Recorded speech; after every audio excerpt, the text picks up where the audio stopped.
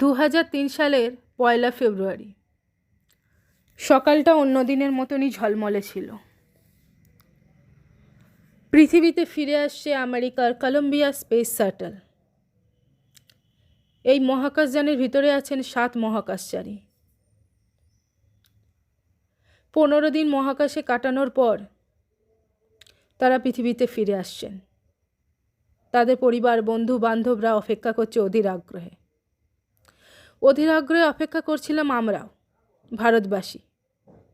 কারণ এই 7 মহাকাশচারীর মধ্যে একজন আমাদের জন্য ভীষণ special, mission specialist Kalpana Chawla. কিন্তু সকাল 8:44 আকাশে সূর্য থাকতেই কার্যত আঁধার নেমে আসে আমেরিকার টেক্সাসে। আগুনের জ্বলন্ত গোলা আছড়ে পড়ে পৃথিবীর বুকে। তাতেই ভস্ম হয়ে চিরতরে হারিয়ে যান কল্পনা এবং তার 6 সঙ্গী। ওই দিন টেক্সাসের বুকে আছড়ে পড়েছিল আমেরিকার মহাকাশ গবেষণা সংস্থা নাসার কলম্বিয়া স্পেস শাটল। তাতে চাপি মহাকাশে গবেষণায় গিয়েছিলেন কল্পনা। দুর্ঘটনার দিন পৃথিবীতে ফিরে আসছিলেন তারা, কিন্তু মাটি ছোঁয়ার আগেই জ্বলন্ত অবস্থায় আছড়ে পড়ে মহাকাশযানটি, আর তাতেই 7 মহাকাশচারীর মৃত্যু হয়। বায়ুমণ্ডলের সঙ্গে সংঘর্ষে পুড়ে ছাই হয়ে গিয়েছিল মহাকাশযানটি। এই ঘটনাটি নাড়িয়ে দেয় গোটা বিশ্বকে। মহাশূন্য থেকে ফেরার পথে পৃথিবীর মাটি ছোঁয়ার আগেই আগুনে ভস্ম হয়ে যান তিনি। তো চলুন আজকে এই ভিডিওতে আমরা সেই কল্পনা চাওলার সম্পর্কে জানব।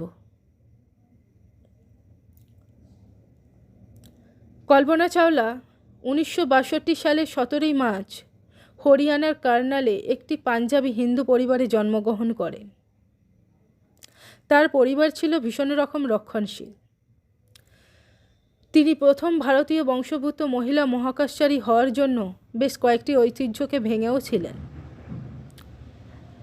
প্রথমে তিনি কার্নালের ঠাকুর বাল নিকেতন সিনিয়র সেকেন্ডারি স্কুল থেকে তার স্কুলিং শেষ করেন। বড় হয়ে চাওলা স্থানীয় ফ্লাইং ক্লাবে যান এবং তার বাবার সাথে প্লেন দেখেন।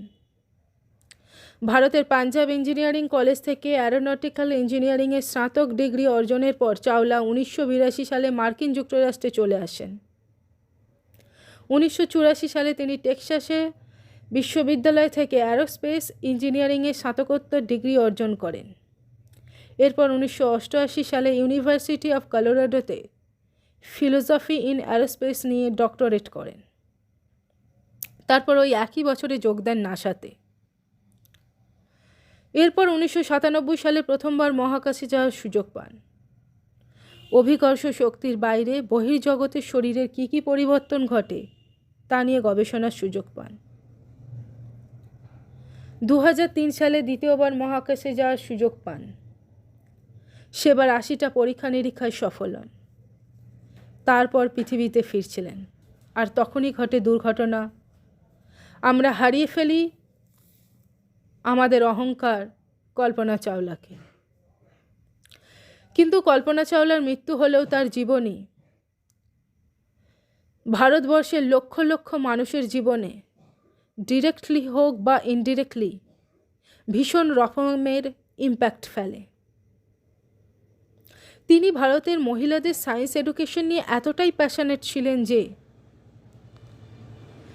তিনি নাসাকে কনভিন্স করেছিলেন তার কার্নালে যে সেকেন্ডারি স্কুল ছিল ঠাকুর বাল নিকেতন সিনিয়র সেকেন্ডারি স্কুল, এখানে স্টুডেন্টদের নাসার সামার স্পেশাল এক্সপিরিয়েন্স প্রোগ্রামে পার্টিসিপেট করানোর জন্য।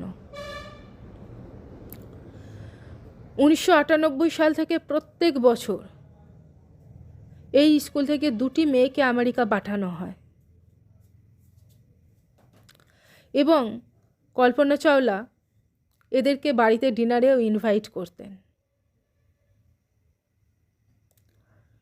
নাসা কল্পনা চাওলা এবং আরও অন্যান্য মহাকাশচারীদের সম্মানার্থে মার্সের যেখানে নাসার মহাকাশযানটি ল্যান্ডিং করেছিল সেই ল্যান্ডিং পয়েন্টকে কলম্বিয়া মেমোরিয়াল স্টেশন নামে নামকরণ করেন। 2003 সালে ভারতের তৎকালীন প্রধানমন্ত্রী অটল বিহারী বাজপেয়ীজি আমাদের আবহাওয়া সংক্রান্ত সিরিজ স্যাটেলাইট মেটস্যাটের নাম পরিবর্তন করে কল্পনা 1 রেখেছিলেন। Jackson Heights, Queens, New York City, New York, মার্কিন যুক্তরাষ্ট্রের লিটল ইন্ডিয়ার ৭৪তম স্ট্রিটকে তার সম্মানে কল্পনা চাওলা ওয়ে নামকরণ করা হয়েছে। তার সম্মানে তামিলনাড়ুর কোয়েম্বাটুরের একটি গ্রাম সিরুমুগাইয়ের রেয়ন নগরে একটি রাস্তার নামকরণ করা হয়েছে কল্পনা চাওলা স্ট্রিট। 2004 সালে কর্ণাটক সরকার তরুণ মহিলা বিজ্ঞানীদের স্বীকৃতি দেওয়ার জন্য চালু করেছিল কল্পনা চাওলা পুরস্কার। নাসা কল্পনা চাওলাকে একটি সুপার কম্পিউটারে উৎসর্গ করেছে। এছাড়া নাসা মার্স এবং জুপিটারের মধ্যে যে অ্যাস্ট্রয়েডগুলি ঘুরছে সেই ক্রু মেম্বারদের নাম অনুসারে এই অ্যাস্ট্রয়েডগুলোর নামকরণ করেছে। আর এই কারণেই আমাদের পৃথিবী থেকে অনেক দূরে সোলার সিস্টেমে সূর্যকে প্রদক্ষিণ করছে 5186 কল্পনা চাওলা। আশা করি আপনাদের এই ভিডিওটি ভালো লাগলো।